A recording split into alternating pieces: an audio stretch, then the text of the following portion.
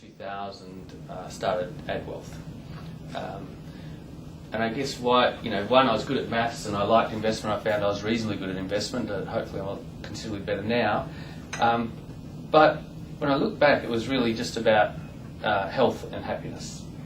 When I was a little fella and I discovered that people died, I can remember that overwhelming fear of losing my mother, who I loved and was my laughter and all the rest of it.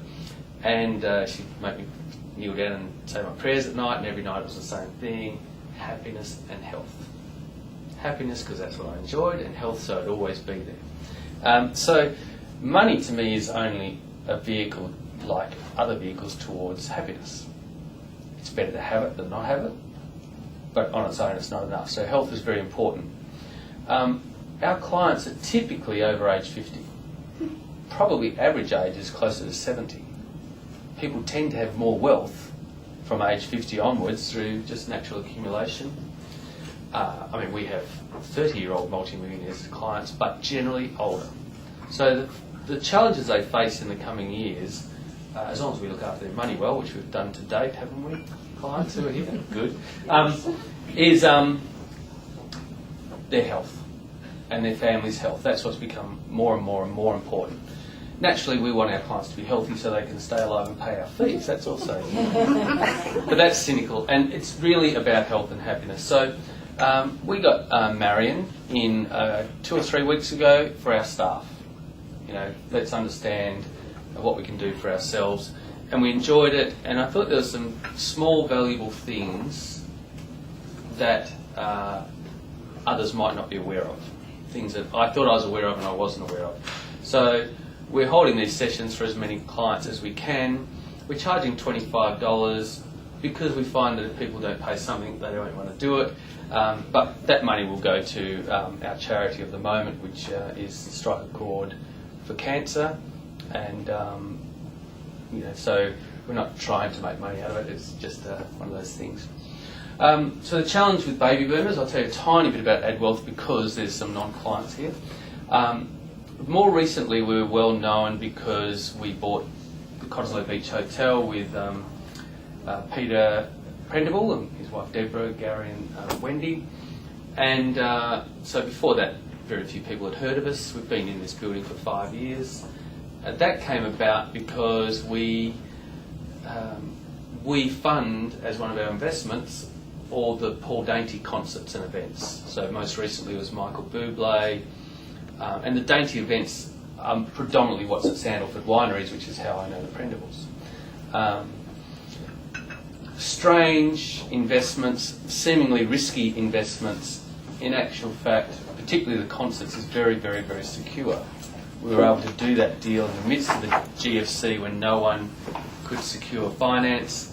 And so it's a very, very secure investment, surprisingly secure. We actually just earn our money on the box office interest, and that also provides us security. And at that time, we had a lot of cash because, as some of our clients here will remember, we rang up clients to ask them to sell out of the share market, and that turned out to be a good move. We were able to get it done. So, big challenge is baby boomers going forward. We're all focused on China and Asia. They are terrific, and being in Western Australia, very happy that they want to consume all our resources.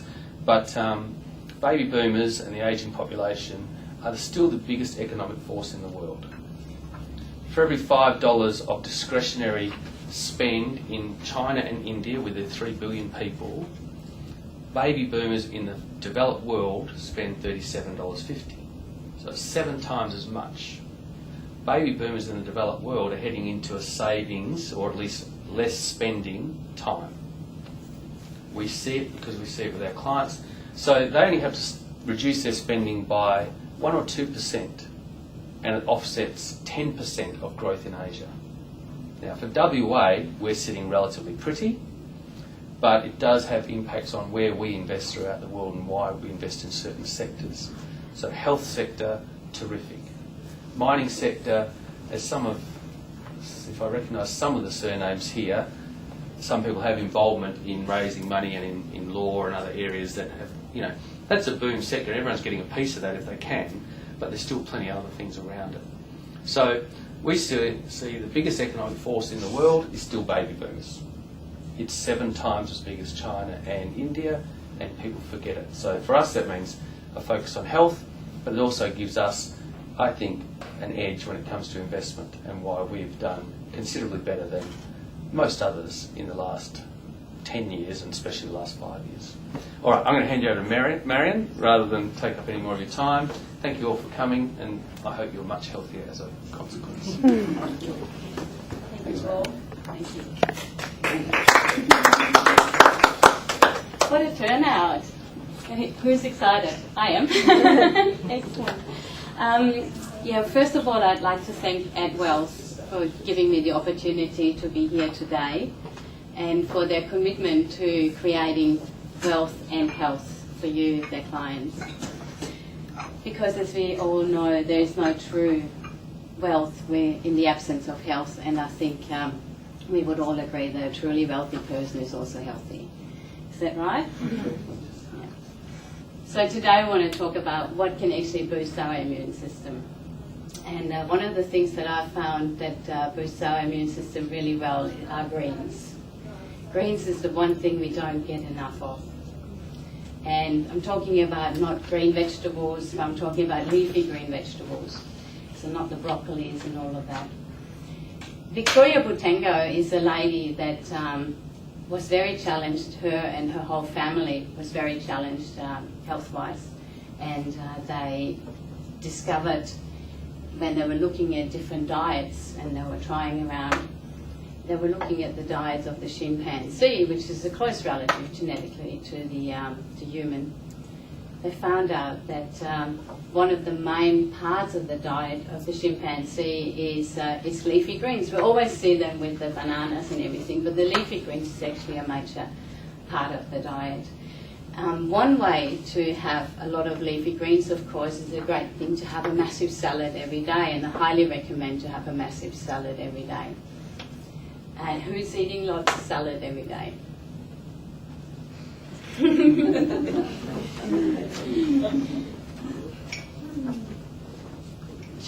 Anybody else would like to eat more salads? Would like to eat more greens? A wonderful way to eat more greens is a green smoothie. And the green smoothie is a fantastic idea, because when you actually have a massive salad in front of you, it takes a lot of time to chew the salad, and it's actually quite hard work. Even so, I love it. You can't eat the whole amounts of greens that would be really good for you if you just chew away all day. You almost get a sore jaw. So the green smoothie is an ingenious invention that Victoria Butengo came up with. And we're going to make some green smoothies. And we're going to taste some green smoothies today.